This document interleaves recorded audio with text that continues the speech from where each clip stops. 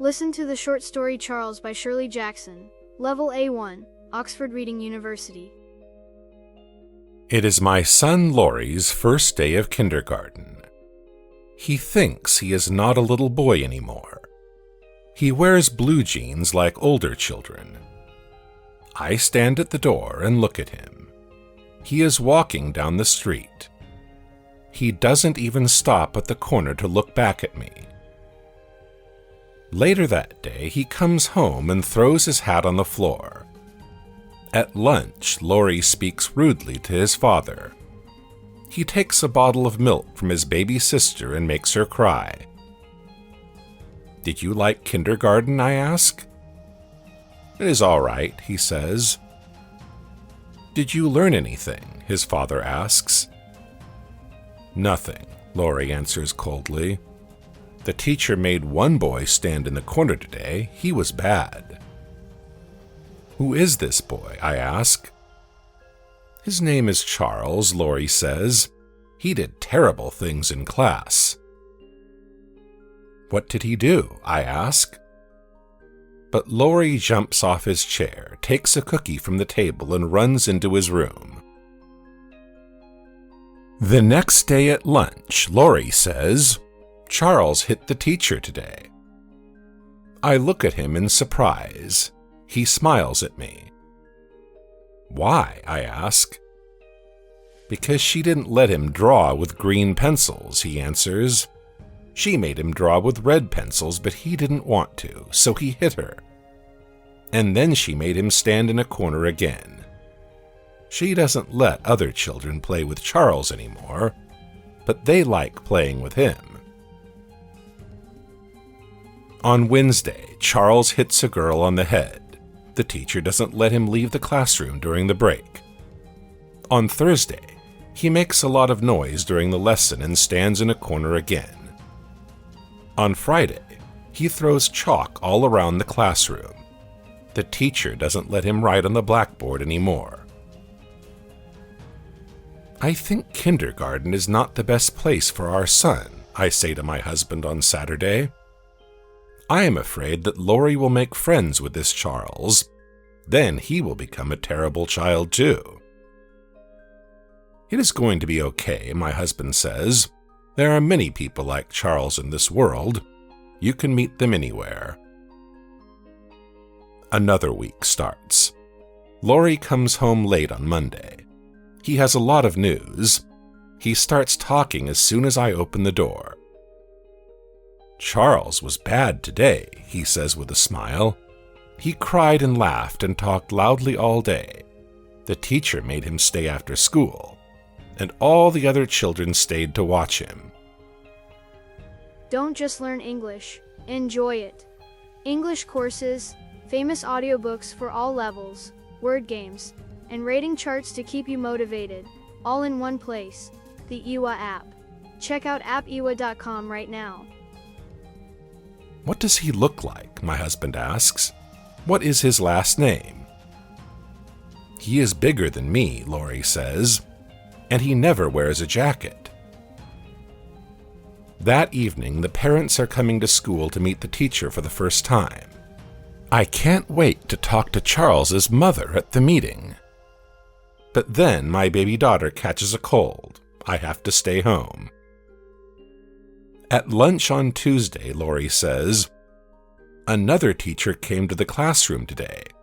He was my teacher's friend. He made us do exercises like this." He climbs down from his chair and touches his feet with his hands.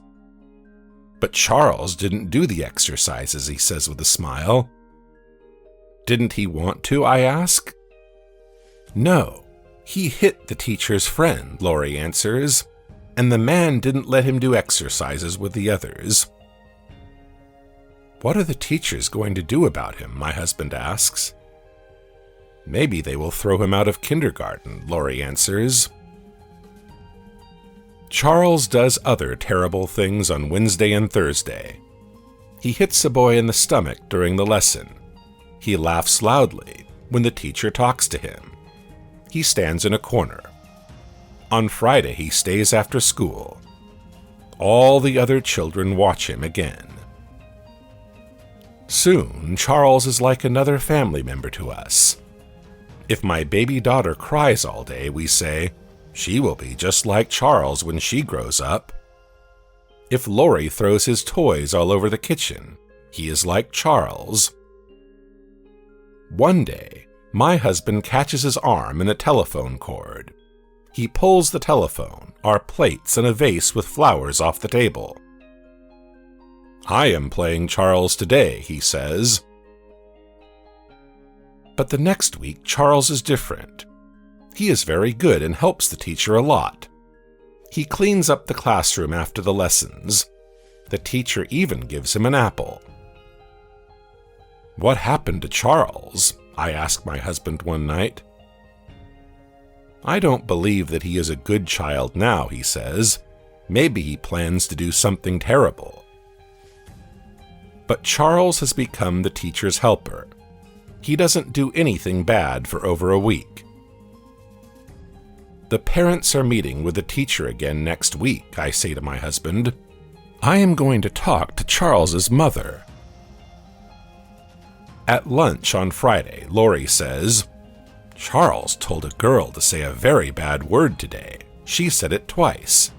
The teacher washed her mouth with soap. Charles found it very funny. What word? My husband asks. Laurie walks up to him and says the word quietly into his ear. My husband opens his mouth in surprise. What happened to Charles again? He asks. Nothing, Laurie answers. He was good today. On Monday, Charles says the bad word in class. He repeats it many times and laughs. The teacher washes his mouth with soap. He also starts throwing chalk again. In the evening, I am about to leave for the parents' meeting. My husband comes to the door and says, Invite Charles's mother to our house for tea after the meeting. I want to take a look at this woman. At the meeting, I look around the classroom nervously. I try to find Charles's mother. I look for a sad, tired face, but there is no such face. No one talks about Charles. After the meeting, I walk up to Laurie's teacher.